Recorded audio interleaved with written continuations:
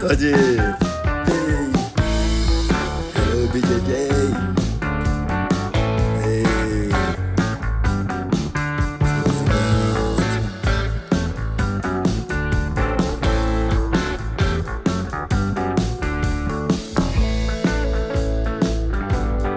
Hello, guys. Hey, Tim. I like the beer, man. I know.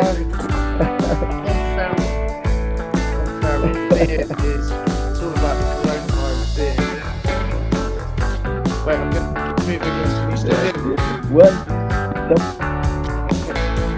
I can, yeah, it's cutting a little bit.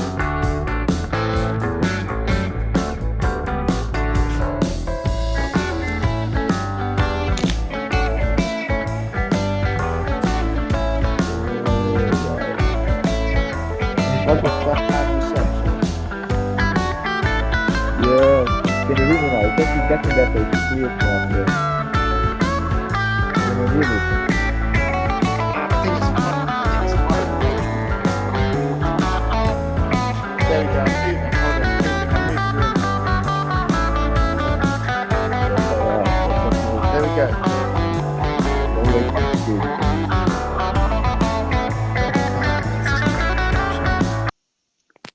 The test is to get out of the basement, Tim.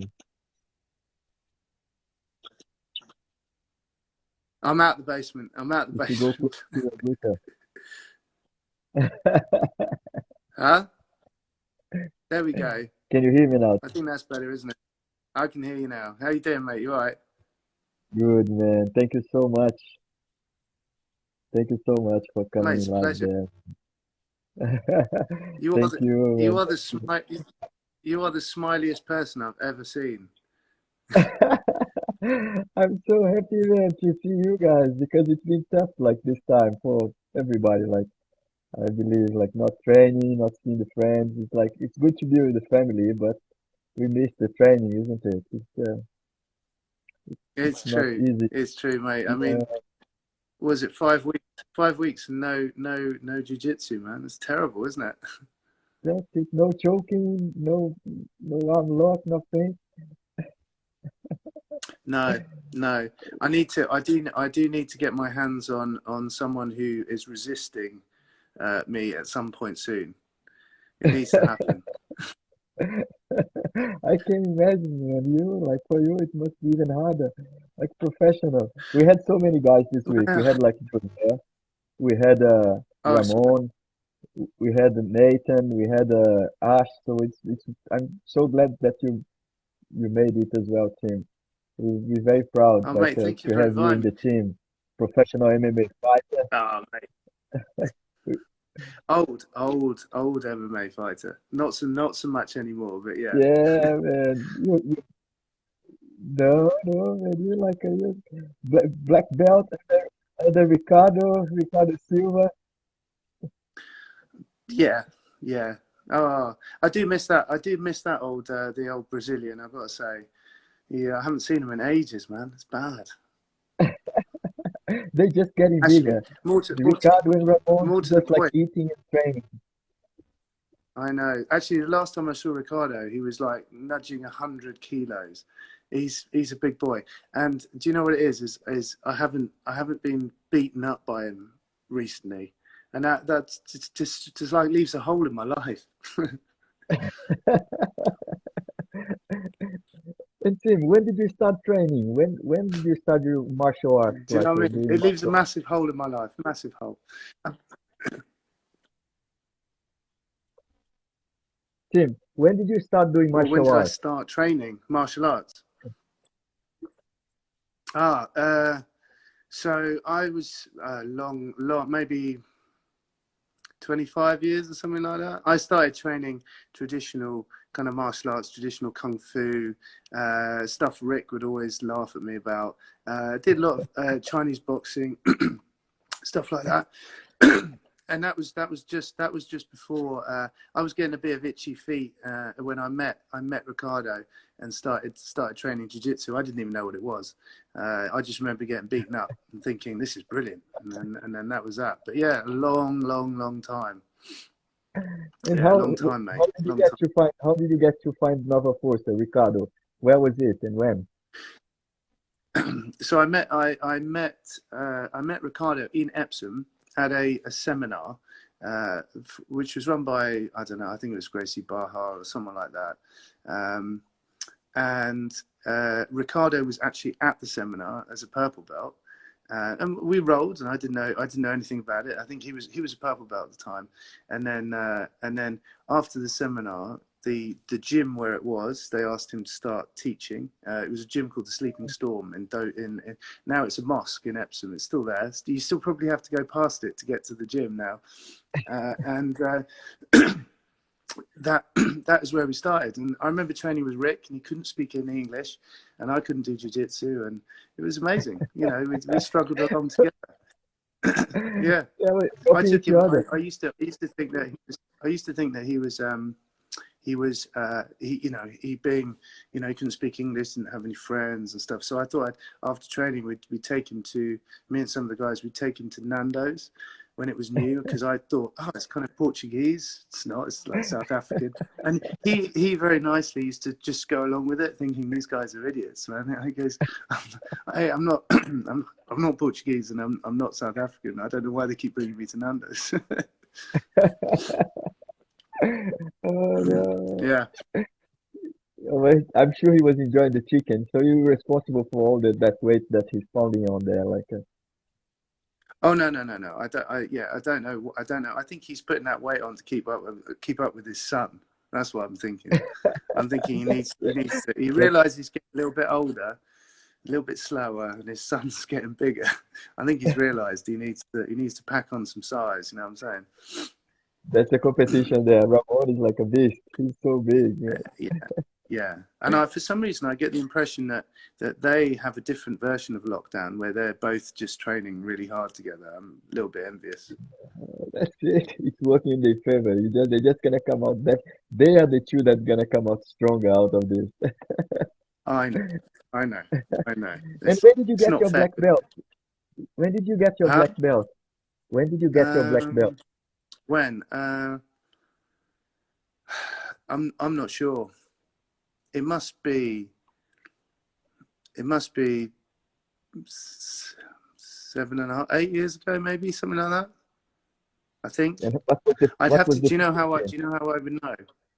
Do you know how I would know? I'd have to go onto YouTube and search for the grading day, for the day that video was put up.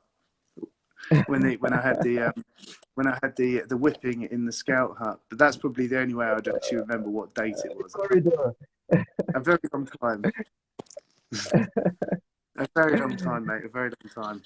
And what was the feeling when you got it, Tim? Uh, it was emotional, and I think, like a lot of people who train a long time, you don't expect the belts, and when they arrive, it's a bit of a surprise. And it was an honour to take my black belt off to get my black belt off Ricardo. It was also painful. I especially remember Rick's instructor Fabio Gomez whipping me in the face, which I thought was Oh, against the rules. Apparently not.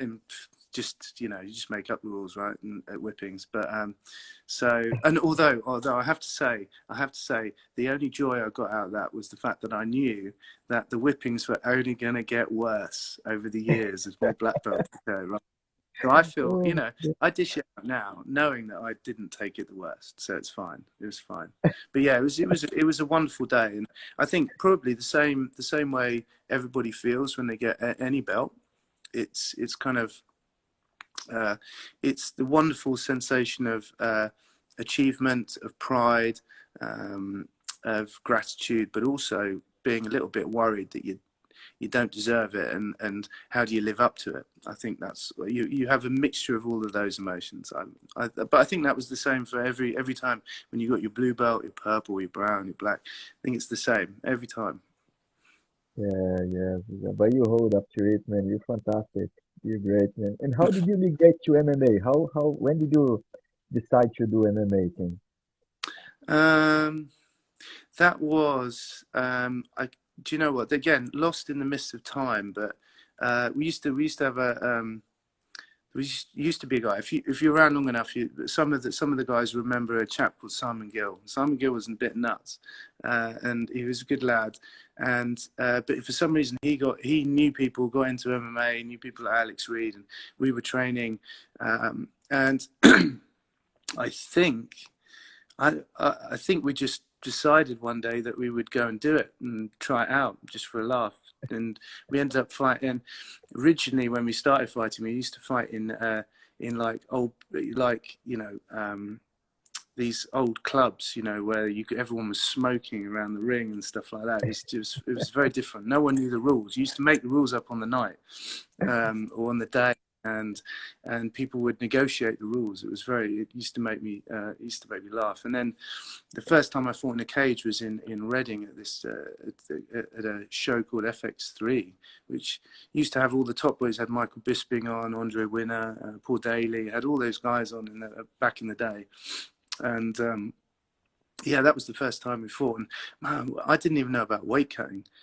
So I these days the guys will know. They all know weight cutting is a thing, right? I remember they changed my opponent, and I rang Rick. I said, Rick, man, they're changing my opponents for 3 days. And they said, he goes, well, who is it? I said, I don't know, but he's like 2 weight classes above me. And Rick just said, well, what are you going to do? I said, well, yeah. And he goes, oh, okay. So we just thought of a new guy who was much bigger. And then on the evening, I was in someone's corner and then rushed back. And then they called my fight. I hadn't even got changed. So I just took my clothes off, put my shorts on, put a pair of gloves on, didn't even wrap my hands, did no warm up, and just ran out to the cage. Man, back in those days, we learned a lot by making a vast amount of mistakes. I'm not going to lie, we did some stupid stuff, you know. I'm just going to say that I did knock the guy out. I did knock the guy out with no hand wraps and no warm up. Yeah.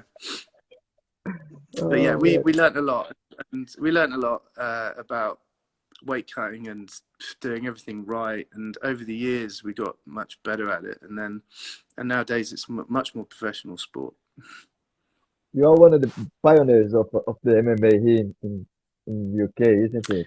You pretty much like a version of a English voice version of the MMA. You used to take down people.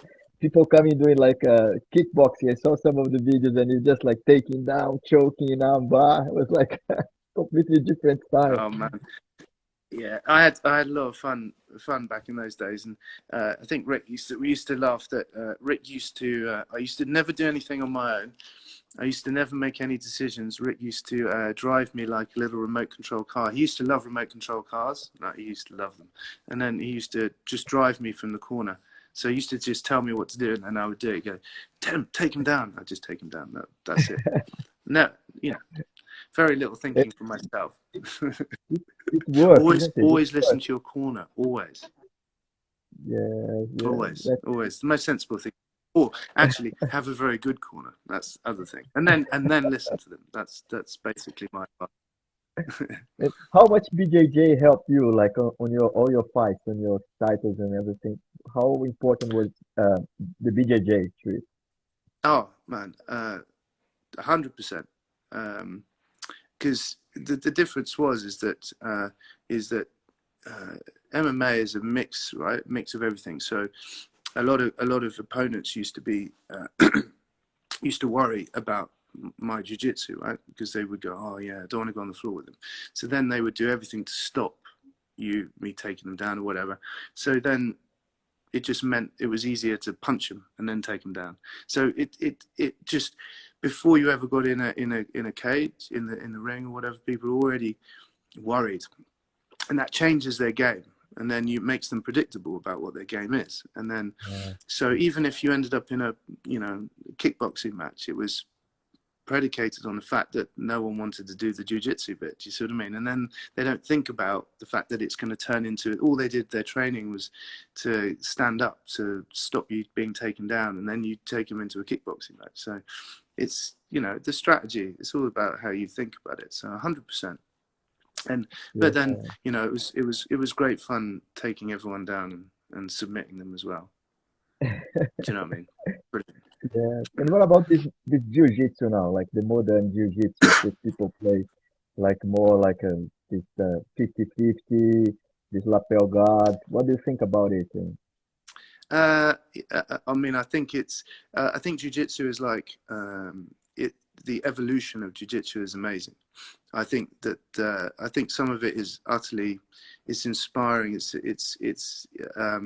It's hugely entertaining, and it's brilliantly inventive. And I think as long as your imagination is, it just gives you new stuff to learn. You have to try and remain relevant.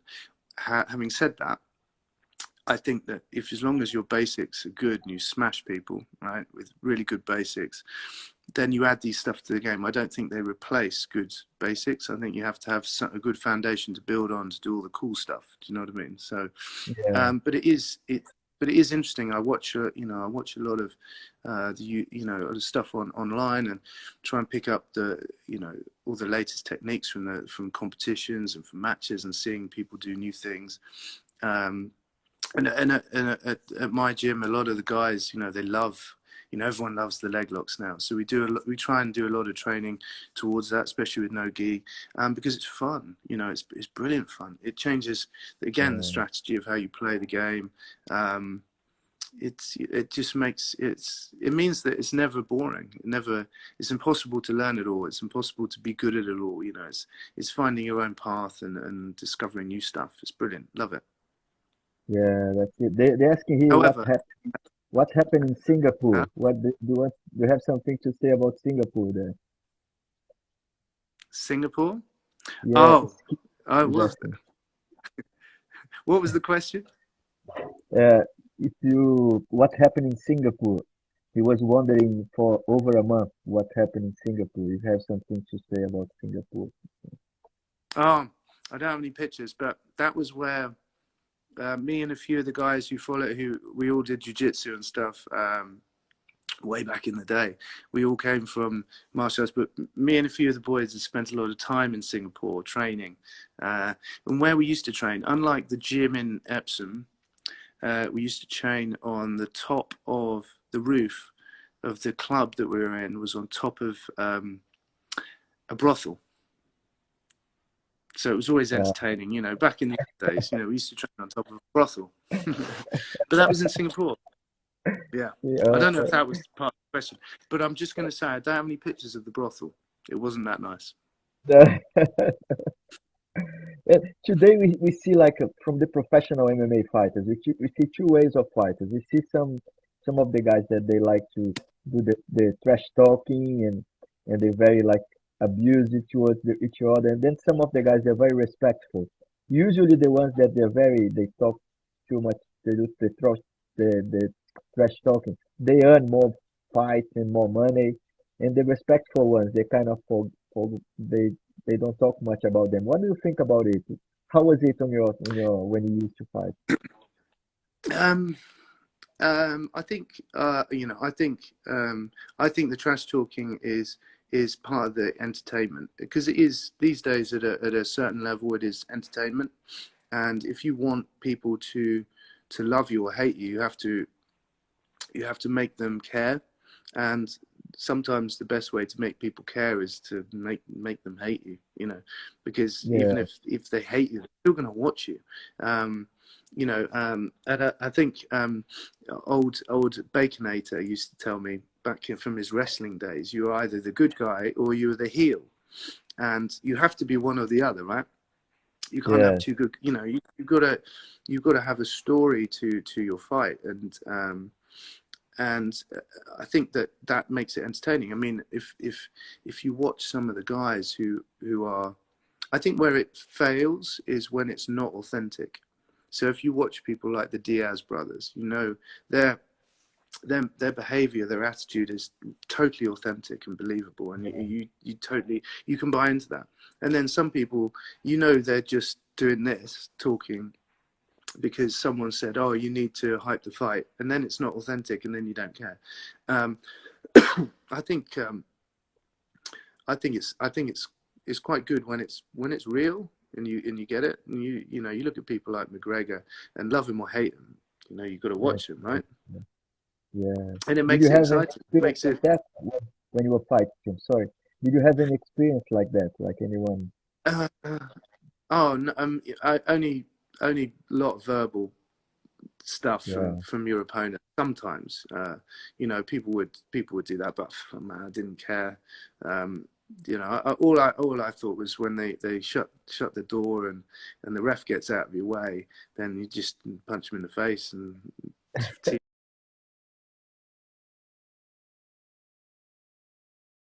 heart's content. Frankly, it doesn't matter what he said. I I was saw still an going to beat you interview of up. you I saw an interview of you before when you said that you were more worried about the entrance song than about the fight itself. Is it because the song is important or because the fight doesn't matter? Uh, yeah, it's probably because I wasn't worried about the fight. No, it's true. No, the song never mattered. Although I have to finally say that really, Back in Black, AC/DC, it gets played a lot in the gym where I train now.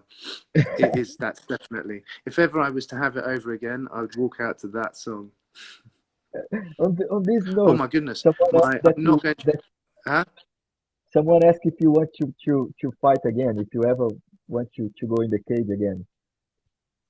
No, no, man. I've just turned 44. I'm 44, man. I'm generally tired. The body doesn't hold up that well anymore.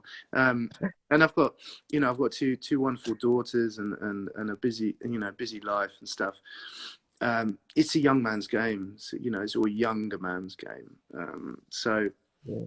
yeah, broadly, nah, I'm all right. I knew when I gave it all up that if I was to hold on to one thing, if I had one thing, it would be for me jiu-jitsu, and then that was always my real passion. Uh, just doing it in the cage was quite good fun as well. So I get to do what I want now, which is great. Oh, Yeah. Ricardo's just joined. Just Honestly, is he join. always late for everything? He's always late No, for no, everything. He's on I Brazil think Brazil time. no, he was putting Ramon to bed because it's Ramon's bedtime. Not just your Putting team. Ramon to bed. Everybody, all of us Was have to was he put the kids in bed. was he what was he doing? Was he reading Ramona's story? Bedtime story. That's it. Restrict regime there going on. Yeah, that's true. That's true. Yeah, I can see. Oh, he said he was cooking. I don't believe it. He was, I don't believe he was cooking. yeah, no, no. Rick was not cooking. I quite like this. This is good. Yeah. Oh, there's Rita. Rita was Rita came cooking. back. She Rita, totally was cooking. tell us, Cooking was meth. Gucci cooking or not? Yeah. He totally wasn't cooking. It's such a lie, Rick. It's such a lie. He was. I tell you what he was. I tell you what he was doing. He was probably having a cornetto or ice cream. I wonder how much ice cream he eats these days. A lot, I imagine. And let me ask you something, Tim. What about Jiu-Jitsu? You said that you don't want to go in the cage, but what about Jiu-Jitsu? Would you do any competition, Brazilian Jiu-Jitsu competition? We used to roll. It didn't never mattered if we go. Should we go technical? Go light? I don't know. It would always turn into a death match. Um, and for some reason, he had an ability to suck the energy from my body. I don't know how he did it, but it was he has for me, he always had an unnecessary amount of pressure, or pressure, but just constant. And although I used to throw everything at him, it was just exhausting. So always, never, without a shadow of a doubt, I never thought every role for all the years that it's been. He's been my absolute like proper baddie. And when you doing the training, like on the early Technical. days when you start training, do you have any like little Are you guy still that there? would I'm still. be like uh, on the early days, Tim? Did you have any little guy, like a smaller guy, that would come and spar with you, and would you give you a hard time? Can you hear me, I Tim? missed that. Sorry, mate. Say again. Tim, when you were starting, you Yeah, said that you yeah, first yeah. time you Still went here. to Little the guy, guys. yeah, that gave you a hard time, like was taking your Ah, back. uh, I mean, a lot of people take my back. When you say little fellas, I would say little fellas. So when I first, obviously everyone knows Little Mark. So when I Yeah. first started, Little Mark, Little Mark was so little and so small and so easy to squash on the mat that it was. After a point, I remember thinking, "Oh God, I don't know if he will ever, he'll ever get any good." And then over time, he became a little bastard and would beat everyone up. And it got bad enough that I remember in the early days, Ricardo used to have big guys come into the gym to test themselves, and he would send over Little Mark, who'd sort of shuffle over, like, and then obviously would utterly destroy people.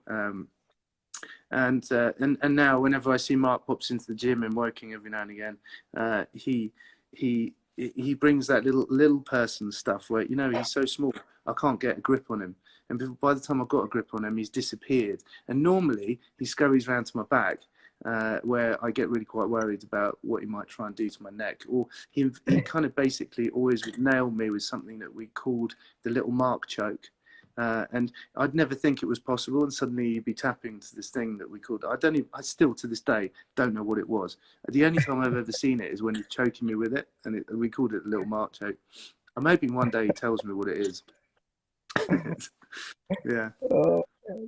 And one thing about jiu-jitsu, like, have you ever tapped like because you were like disgusting someone like very hairy or very sweaty that was dripping and like putting the belly on your face and you say, "You better tap now," and then smelly like Yeah. dirty juice or Yeah. something. Did you ever Yeah. had it? Yeah. Yeah. Totally. There's two. Justin, Theo. Justin, I mean, Justin walks in the gym. If I see Justin, I'm thinking about tapping already. He's so. I mean, I'm a bit. It's just grim. It's grim. You know, all that kind of boobage that goes on. That he wants to rub in your face and stuff. I mean, and then when you're doing it, he's whispering stuff in your ear. You know, like, "You love it, that kind of stuff. I mean, it's not right. It's not right, is it? Yeah. And as Rita pointed out, fatty Justin. Yeah. I hope he's listening. He's probably not on here, is he? Yeah, it's I think that kind of thing where he rubs his chest in your face. yes, I think he was the one that was more mentioned in all the lives. He's like everybody remembers Justin, you know. It's because people hate him, loathe him, disgusted by him. It's just, you know, he's a proper bad guy, isn't he? He is. No, Oh, he he was doesn't do technology.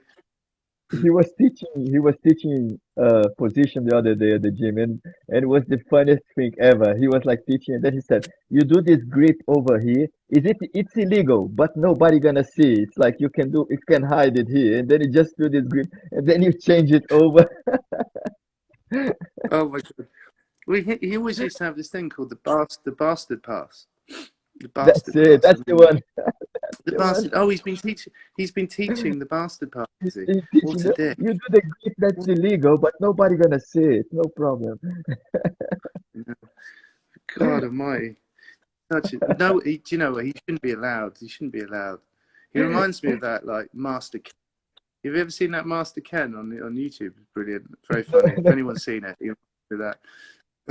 I love the amount of abuse that he's now getting. All I have to mention is Justin's name, and everyone's like, "I hate him. I hate him. What a bastard." It's true. I think we need to start a little hate Justin club. I might start that. I might be the founding member. Yeah. Oh, and what's the plan for the future, Tim? For the, like 1 year time, 5 years, and 15, 20 years. Hopefully my beard will be down here. You know, I'll have less hair. My ears will be worse. I'll still won't have tapped Ricardo. Ramon will probably be beating me into the floor by then.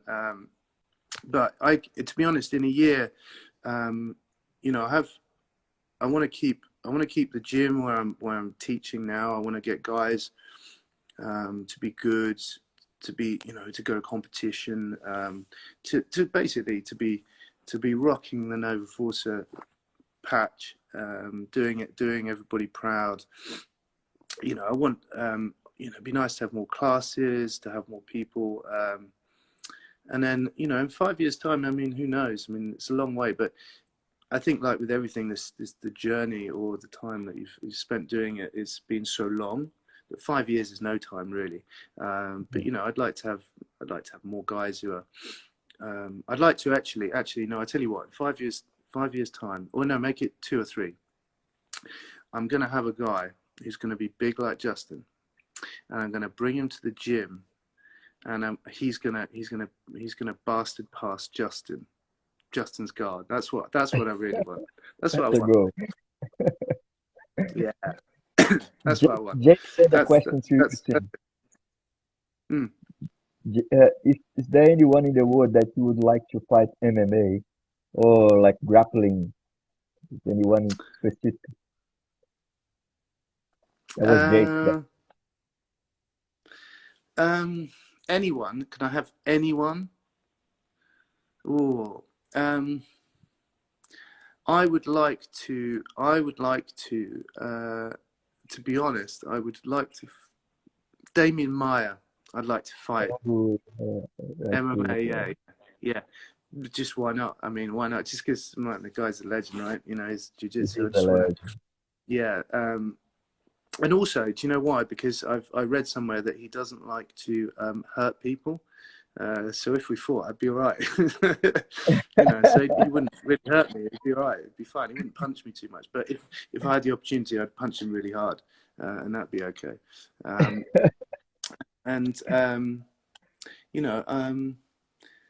Yeah, I think probably any of the kind of the sort of legends, like be nice to grapple with someone not massive like Roger Gracie or anyone. Definitely not. It would be no fun whatsoever. But someone like Leo Vieira, I'd definitely kick his ass. Yeah. No, maybe not. Or indeed, one day I'm totally gonna get Rick in like a bow and arrow choke from the back. Ooh. He's gonna tap, and I'm just not gonna notice for maybe a second or two. I don't know.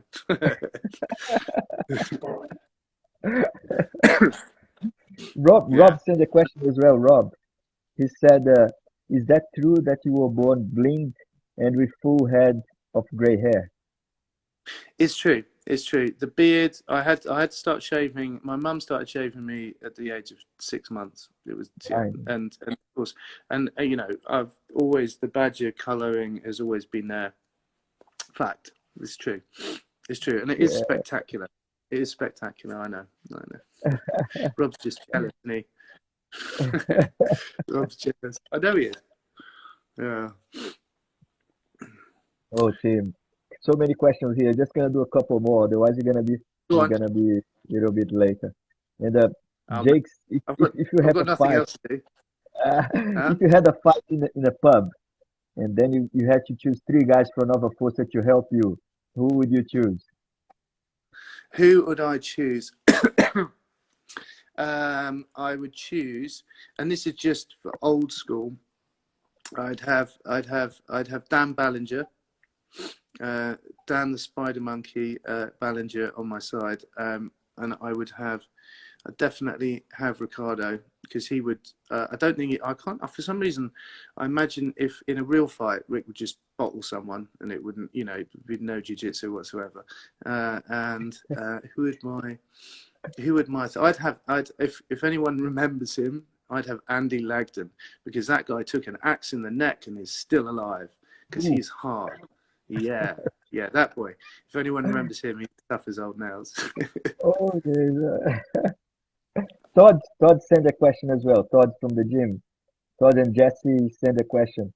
Do you think the other martial arts that you studied changed after you trained Jiu-Jitsu? If it helped you, or if it changed the other martial arts that you learned? I think that, interesting question. I think that the martial arts that I studied before were taught in a very esoteric fashion. I think a lot of the understanding of what was traditional was not understood by the people who were taught. But the longer that I have done, jiu-jitsu and standing and boxing, Muay Thai, is nowadays I could go back to that old stuff, and I've sort of been rediscovering it in isolation because I can, and my understanding of what some of the stuff was about is more clear to me now than it was then. So yes, for me it's changed, the old stuff, because I think my understanding of it more intrinsically is better. But that's just from years of getting punched in the face repeatedly or beaten up by everyone at the gym. And Neil sent a question: if you prefer fight gi or no gi, and which one is your favorite gi? Oh, that's a good question.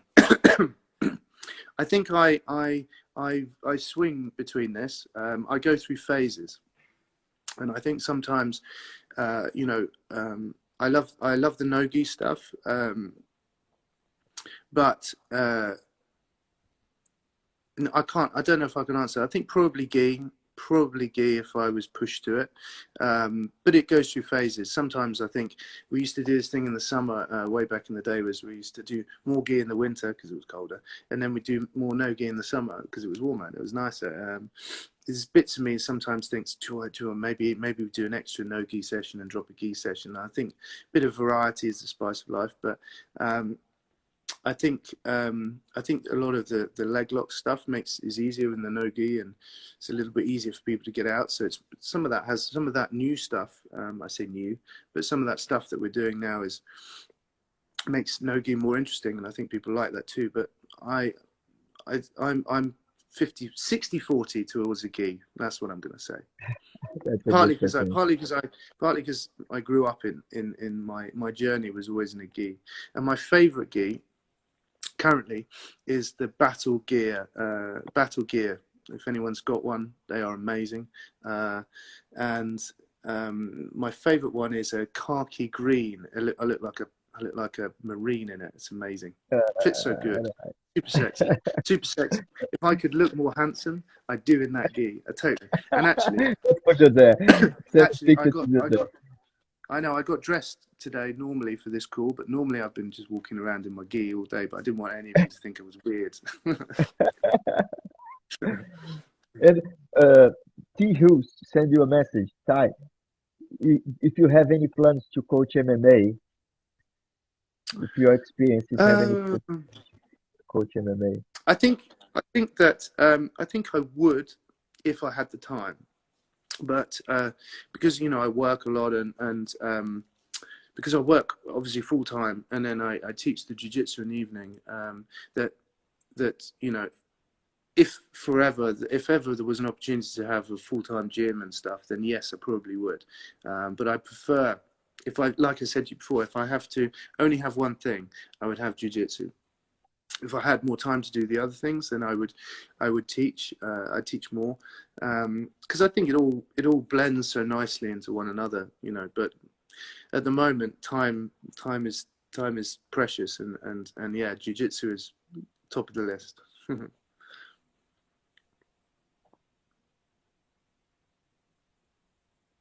still there? Am I still here? Am I here? Oh, Tim, thank you so much. Thank you so much, man. For one more question. Do you ever have a plan to go to Brazil? Or have you been to Brazil before? Yeah, I've been to Brazil 2 or 3 times with Ricardo. Nice. I stayed with his family way back in the day, which was hilarious. Back when people like Fabio there, I've got some stories from Brazil, but probably not for the right now. But yes, Brazil was great. It would always be. For some reason I don't remember doing a lot of training, but it was hot, and it was special. Loved it. Would love to go back, of course. One day before I die, I'd like to go back to Brazil. Or at least before I'm totally grey. That would be good. Yeah. Oh, and the only other thing is even after all these years, I still can't speak a bloody word of Portuguese. And in Brazil, no one speaks English. I was amazed by that. Yeah, Peter I just just had said to. that I had he the used to help constant. with the translation. Yeah, I need a good translator actually, because Rick was terrible. Rick would just say things to people that I'd said, which I hadn't said. And he got me into a lot of trouble. He was a bad person. Yeah, Yeah. Well, Tim, thank you so much for yeah. your time. Thank you for your support, and thank you Oh, for Rick was telling me he was helping. Rick, you weren't helping me. You didn't help me. yeah. Rick never She helped just me. said she was Rick helping never you. helped me. The only thing Rick ever did was, I swear, he like inserted this sort of chip in the back of my head, which meant that I'd never be able to tap him. So every time I get close, it's just I'm like Crichton out of if you ever seen that, I can't swear. That's me. I can't finish Rick. I'll never be able to. Bastard. Never help me. Yeah. Yeah. Okay. Ah, Thank you so much, Tim. We need to go, otherwise it's a pleasure. Instagram will kick us off. But thank you so Ah, much for coming and give us the interview.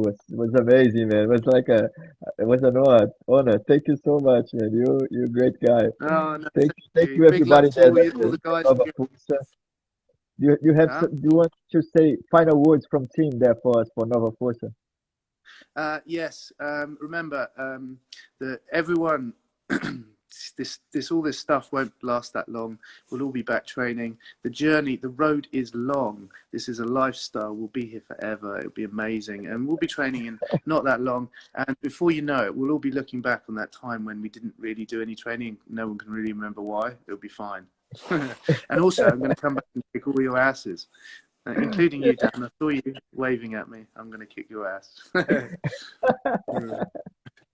Oh, Tim, thank you so much. Thank you, Rick, as well for organizing that to have you here. It was amazing. And Thanks. I hope the guys are gonna take the courage now to pop in just like you did. Thank you so much, man. Thank you. And if Hey, anyone wants like to send any questions to the guys, just send, and maybe we can have another one because I'm sure we oh, have something more things. The lockdown gonna last for long, so we exactly. can have another one. Exactly. Besides, I can talk for hours. That's it. I might No, bring up some of those story deal next time. It'd be great. that's it. We're gonna bring one special one, just 50 stories from Brazil.